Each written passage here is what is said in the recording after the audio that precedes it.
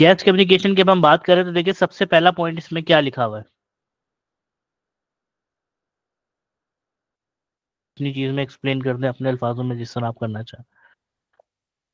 No communication is more important in a hotel than the communication between front office staff member and guest. उसका मतलब ये कोई भी communication important नहीं, obviously सारी कम्युनिकेशन इंपॉर्टेंट है, ठीक है, ऐसा नहीं है कि इस जी। लाइन का मतलब ये है कि सिर्फ गेस्ट और जो फ्रंट ऑफिस स्टाफ है उसकी कम्युनिकेशन इंपॉर्टेंट है, बाकी किसी की नहीं है। पॉइंट इज कि अगर हम लिस्ट डाउन करें फर्स्ट सेकंड थर्ड के ऊपर, हम चीजों को रैंक आउट करें, तो जो भी कम्युनिकेशन गेस्ट और आपके स्टाफ के बीच में, और वो स्टाफ की हम बात कर रहे हैं आपके फ्रंट ऑफिस स्टाफ, इनके बीच की जो कम्युनिकेशन है वो फर्स्ट नंबर के ऊपर टॉप प्रायोरिटी है, ठीक है। ऑब्वियसली जो दूसरे नंबर पे तीसरे नंबर पे, इसका मतलब ये नहीं है कि वो इंपॉर्टेंट नहीं है, बिल्कुल इंपॉर्टेंट है, लेकिन सबसे ज्यादा इंपॉर्टेंट कौन सी कम्युनिकेशन है, आपके स्टाफ की और आपके गेस्ट की। उसकी रीजन क्या है? उसकी रीजन ये है कि देखें आपके पास जो फ्रंट ऑफिस का स्टाफ है, ठीक है, उसके पास जो गेस्ट आ रहा है, बेसिकली जो भी आपका होटल चल रहा है, जो भी आपका बिजनेस रन हो रहा है, वो किसकी वजह से हो रहा है? उस बिजनेस को फाइनेंस कौन कर रहा है? उस बिजनेस के खर्चे कौन उठा रहा है? आपका गेस्ट, ठीक है। और अगर गेस्ट के हिसाब से उसको वो फैसिलिटीज या उसकी रिक्वायरमेंट के हिसाब से या जो वो चाह रहा है सर्विसेज, अगर उसको वो सर्विसेज आप ना दें तो क्या होगा? वो आपके पास आएगा ही नहीं दोबारा, ठीक है। तो आपको पता कैसे चलेगा कि जो सर्विसेज आप दे रहे हैं और वही सेम सर्विसेज क्या उसको चाहिए? ऐसा तो नहीं है कि आप अपने हिसाब से तो सारी चीज अच्छी कर रहे हैं लेकिन उसको एक भी चीज समझ नहीं आ रही। तो ये कैसे पता चलेगा? आपको कम्युनिकेशन के थ्रू आप उससे पूछेंगे, वो आपको बताएगा, वो आपको एक्सप्लेन करेगा, देन उसकी बेसिस के ऊपर आप अपने आप को इम्प्रूव करेंगे। तो ये सारी चीजें कस्टमर सर्विसेज की जो हम बात कर रहे हैं, वो सबसे इम्पोर्टेंट है कम्युनिकेशन जो आपके फ्रंट ऑफिस स्टाफ की और आपके होटल के जो गेस्ट की उसके बीच में होती है। दूसरी रीजन, जब हम फ्रंट ऑफिस स्टार्ट कर रहे थे उसी टाइम मैंने आपको ये बात बताई थी कि आपके पास जितने भी डिफरेंट डिपार्टमेंट्स हैं, वो सारे, उनमें जितने भी लोग हैं वो अपनी अपनी जगह सारे इंपॉर्टेंट हैं, उनकी अपनी एक वैल्यू है, लेकिन सबसे इंपॉर्टेंट जो स्टाफ है आपका, जो सबसे इंपॉर्टेंट डिपार्टमेंट है आपका, वो आपका फ्रंट ऑफिस। उसकी रीजन क्या है? क्योंकि ये डायरेक्ट कोऑर्डिनेशन में होता है आपके गेस्ट के साथ, ठीक है। आपके होटल में जितने भी मतलब गेस्ट आ रहे हैं उनके लिए जो कुक है वो भी फ्रंट ऑफिस वाले ही है, ठीक है। कोई फाइनेंस का बंदा है तो वो भी फ्रंट ऑफिस वाला ही है, कोई सिक्योरिटी का बंदा है तो वो भी फ्रंट ऑफिस वाला ही है, क्योंकि उसको जो भी प्रॉब्लम होती है वो कम्युनिकेट किससे करता है? बताएं, आज फ्रंट मुझे लग रहा ऑफिस। है आप लोग सारे नींद में हैं, आज आप लोगों का मूड नहीं है पढ़ने का। तबीयत बहुत खराब हो रही है। सिर्फ आपकी आपकी फीवर। खराब हो रही है ना? बाकी भी क्या बीमार हो गए अभी बाहर क्लास में आके? फीवर में इतना उस तप रही हूँ फिर भी क्लास अटेंड हो रही है आज।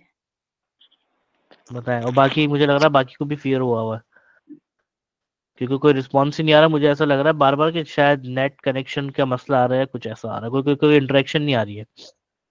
खैर, अब मैं माइक खोल के रख देती हूँ, वो शी शू की आवाजें ही आती नहीं रहेंगी, फिर आपकी तो आपको बात, नहीं आप, लगेगा। मैं तो आपकी बात नहीं कर रहा, मैं बाकी तीन की बात कर रहा हूँ जो बिल्कुल सन्नाटे में आज अभी भी उधर रिस्पॉन्ड मेरा नहीं भी कर रहे इस बात। फीवर है। क्या चीज? मैं कह रहा हूँ मुझे भी फीवर हो रहा है तो इस वजह से मैं भी मैं थोड़ा चुप। मैं एक काम करता हूँ कि आज क्लास छोड़ के आप लोगों को पिक करता हूँ, डॉक्टर के पास लेके जाता हूँ सबको। नहीं नहीं। नहीं नहीं थैंक्स। चले जी। अच्छा, पॉइंट समझ आ रहा है? जी। आज हम ज्यादा जी लंबी सर। क्लास नहीं करते, हम चले 11 बजे तक वाइंड अप कर देंगे, आधा घंटा दे दें सिर्फ। कोई बात नहीं, आप 1.5 घंटा कर ले, मसला नहीं है।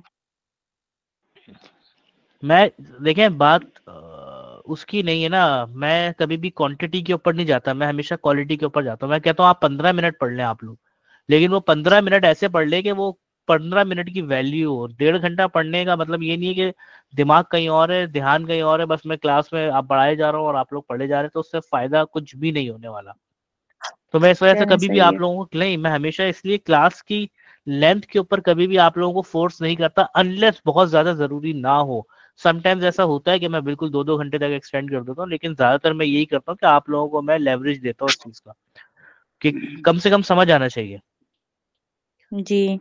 अच्छा जी, तो कम्युनिकेशन, क्योंकि मैंने पहले ही बताया था कि जो भी आपका गेस्ट आता है उसकी सारी कम्युनिकेशन आपके फ्रंट ऑफिस से ही हो रही होती है। उसी के लिए जो भी मतलब आपके होटल में एक्टिविटीज हैं या आपके रेस्टोरेंट के अंदर एक्टिविटीज हैं, वो कौन कर रहा है, वो फ्रंट ऑफिस वाला कर रहा है। उसकी रीजन क्या है, क्योंकि उसको पता ही नहीं और कौन स्टाफ है आपके होटल के अंदर। उससे तो शायद किसी मार्केटिंग वाले को देखा हो। आपने किसी होटल या किसी रेस्टोरेंट में जाते हैं, कभी आपने कोई मार्केटिंग का बंदा देखा है नहीं। जिसने आपको इंट्रोड्यूस करवाया हो कि मैं इस रेस्टोरेंट की मार्केटिंग करता हूँ? या किसी नो सर। ऑडिटर ने आपको कभी अपना इंट्रोडक्शन करवाया, मैं ऑडिटर हूँ इस होटल का, या इस ऑडिटर हूँ मैं इस रेस्टोरेंट का? नहीं। क्या कभी किसी अकाउंटेंट ने आपको मतलब आपके पास आके पूछा खाना कैसा लग रहा है आपको? आप पूछा आप कौन है, नहीं। बोले मैं अकाउंटेंट हूँ इस कंपनी का? नहीं। आप लोगों ने तो देखा भी नहीं होता मतलब कौन अकाउंटेंट है, कौन फाइनेंस वाला है, कौन मार्केटिंग वाला है। आपके लिए जो भी वहां का स्टाफ है वो कौन है जिससे आपका इंटरेक्शन हो रहा है। इवन आपने कभी अक्सर आप चले फास्ट फूड रेस्टोरेंट्स की बात नहीं कर रहा हूँ मैं बात कर रहा हूँ जैसे देसी रेस्टोरेंट्स होते हैं या कॉन्टिनेंटल या आपके जो कैजुअल डाइन रेस्टोरेंट्स होते हैं, जैसे आपके सल्तनत हो गए और इसके अलावा Shaheen Shinwari, X Y Z, इस टाइप के रेस्टोरेंट हो गए। इसमें तो आपको ये भी नहीं पता होगा आपका खाना बना कौन रहा है, क्योंकि आपने देखा ही नहीं था उसको। आप आके बैठे बाहर डाइनिंग टेबल के ऊपर, वहां पे एक बंदा आया, उसने आपसे ऑर्डर लिया, आपने उसको ऑर्डर बताया, वो चला गया। आधे घंटे बाद वो आया, आपको खाना देके चला गया। वो खाना बनाया किसने वो आपको नहीं पता, या कितने लोगों ने बनाया वो आपको नहीं पता। ऐसे ही होता है ना। जी। तो अगर खाने में कोई कंप्लेन होगी तो आप उसी बंदे को कंप्लेन करेंगे जिसने आपका ऑर्डर लिया था और जो आपको खाना दे के गया। तो पॉइंट इज कि ये जो लोग हैं ये आपके फ्रंट ऑफिस स्टाफ होते हैं, और आपके होटल के लिए या आपके रेस्टोरेंट के लिए यही लोग होते हैं जो डायरेक्ट कम्युनिकेट कर रहे होते हैं अपने गेस्ट के साथ। इसी वजह से हम कह रहे हैं कि जो भी कम्युनिकेशन है सबसे इम्पोर्टेंट, उसको अगर हम प्रायोरिटी के ऊपर रखेंगे तो जो आपकी गेस्ट की कम्युनिकेशन है वो सबसे टॉप प्रायोरिटी के ऊपर होगी। या ये तो सिर्फ हम एग्जाम्पल दे रहे हैं ना कि एक रेस्टोरेंट या होटल बिजनेस की, आप अभी करंटली जिस प्रोफेशन के अंदर हैं आप यही सेम चीज अपने उस प्रोफेशन में इम्प्लीमेंट करके देखें कि आप अगर अपने कस्टमर की बात ही नहीं सुनेंगे कि वो क्या चाह रहा है और आप उसको अपने हिसाब से प्रोडक्ट बना के दे देंगे। वो प्रोडक्ट कुछ भी हो सकता है, वो एक सॉफ्टवेयर हो सकता है जो रबीज बना रहे हैं, वो एक मार्केटिंग या कोई भी ऐसा प्रोडक्ट हो सकता है जो कुलसुम आप दे रही हैं। अगर उसको वो प्रोडक्ट चाहिए ही नहीं जो आप दे रहे हो उसको, तो कैसे मतलब वो आपके उस प्रोडक्ट के ऊपर पैसे देगा? होगा? नहीं। अगर आप मार्केट आईफोन लेने जाए और आपको जी। सामने वाला बंदा जो शॉपकीपर है बोले आप ये एंड्रॉइड ले लें, सैमसंग खरीद लें या मोटरोला ले लें या कोई भी XYZ जो कंपनीज है, आप वो कह रहे हो ये ले लें, आप क्या बोलेंगे? मुझे चाहिए ही नहीं, मैं आईफोन लेने आई हूँ, मुझे आप आईफोन दें। जी। तो इसी तरीके से जो भी नेचर ऑफ बिजनेस की, जो भी प्रोडक्ट हो बिजनेस का, अगर आप अपने गेस्ट सुनेंगे ही नहीं, अपने कस्टमर की सुनेंगे ही नहीं, तो आपका बिजनेस कभी भी रन नहीं कर सकता। नहीं करेगा। फिर आ जाए ट्रांजेक्शन फाइल्स। ठीक है, अच्छा अब ये ट्रांजेक्शन फाइल्स क्या होती हैं?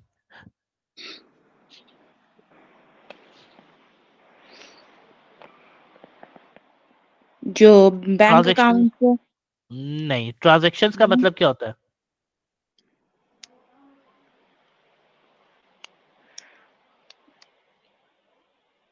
No idea sir. राफिया, चाइना,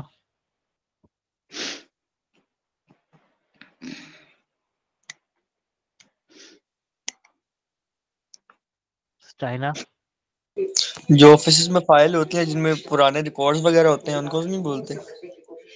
पुराने रिकॉर्ड से मतलब 10 साल पहले जो आपकी कंपनी ने काम किया था वो? नहीं, इतने पुराने नहीं। 5 साल, 4 साल, 2 साल, 1 साल? To help record important event and decision during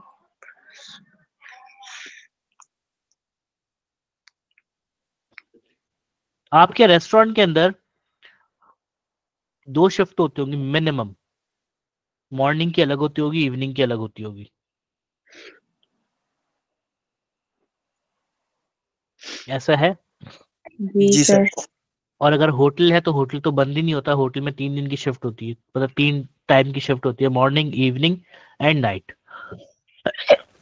ठीक है, अब फर्ज करें कुलसुम जो है वो मॉर्निंग में काम करती है, सैमन जो है वो इवनिंग में काम करते हैं, और राफिया जो है वो नाइट में काम करती है। एक ही डेजिग्नेशन के ऊपर तीनों के तीनों फ्रंट ऑफिस एजेंट है जिनका काम है कस्टमर डीलिंग करना। ठीक है,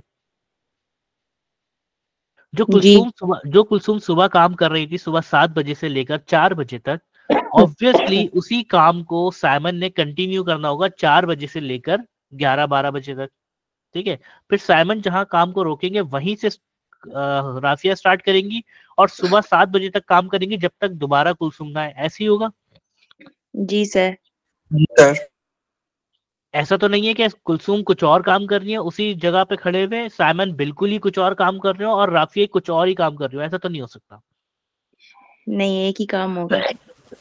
एक ही काम होगा, एक तरीके से काम होगा, एक सीक्वेंस में काम होगा। ठीक है, जी तो अगर कुलसुम सुबह 7 बजे आती है अपनी शिफ्ट के ऊपर और कुलसुम को एक कॉल आती है और कुलसुम को बोला जाता है कि रात को 2 बजे मेरी फ्लाइट लैंड करेगी कराची और मुझे रात को 2 बजे रूम चाहिए, आप अभी से मेरी रिजर्वेशन कर दें।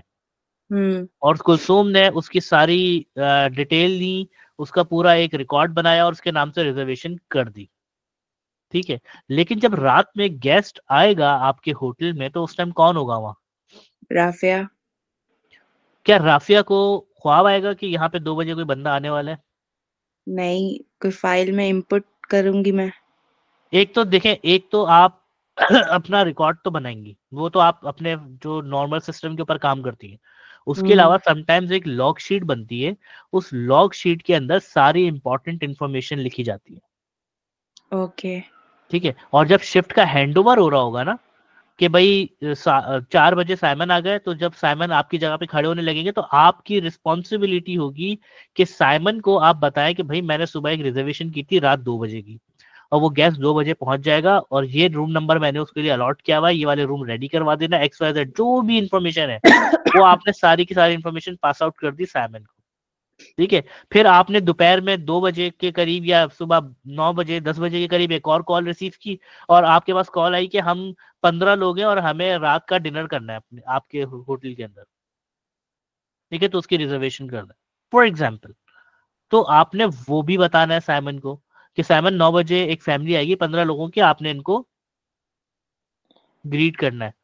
फिर दूसरी चीज, रात को 2 बजे आप एक और बंदा जिसकी हम बात कर रहे थे अभी, उसको रूम आपने दिया है, वो आएगा रात में।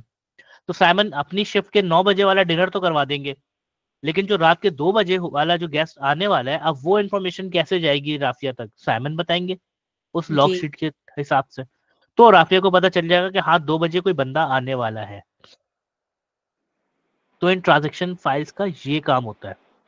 और इसके अंदर एक और चीज देखें कि क्रोनोलॉजिकल जर्नल होता है ये पता है क्या होता है क्रोनोलॉजिकल जर्नल?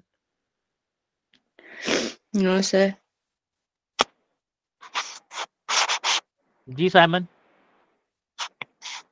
साइमन को पता होगा। सॉरी सर, क्रोनोलॉजिकल जर्नल पता नहीं सर। अच्छा, ये होता है जो इवेंट जिस टाइम हो रहा है ना उस टाइम के हिसाब से रिकॉर्ड करते हैं हम। ठीक है, पहली कॉल आई, उसने रूम बुक करवाया, तो आपने उस रजिस्टर के अंदर पहले रूम बुक की इन्फॉर्मेशन लिखनी है। दूसरा, आपका आया कि एक 15 लोगों की टेबल आई, तो आपने दूसरी लाइन में वो 15 लोगों की टेबल का लिखना है। फिर आपके पास आप बीच में बिजी हो गए, तो एक 4 बंदों की टेबल आई, देन एक 6 बंदों की टेबल आई, देन एक 8 बंदों की टेबल आई। तो अब आप रिकॉर्ड करने जा रही है, तो आपने रिसेंटली 8 बंदों की टेबल बुक की है, तो आप क्या करेंगी? 8 बंदों की लिख देंगी? नहीं, पहले जो 4 बंदे वाला टाइम आया था आप पहले वो रिकॉर्ड करेंगी, देन 6 वाला, देन 8 वाला करेंगी। ये क्रोनोलॉजिकल ऑर्डर होता है। ठीक है, सीक्वेंस वाइज।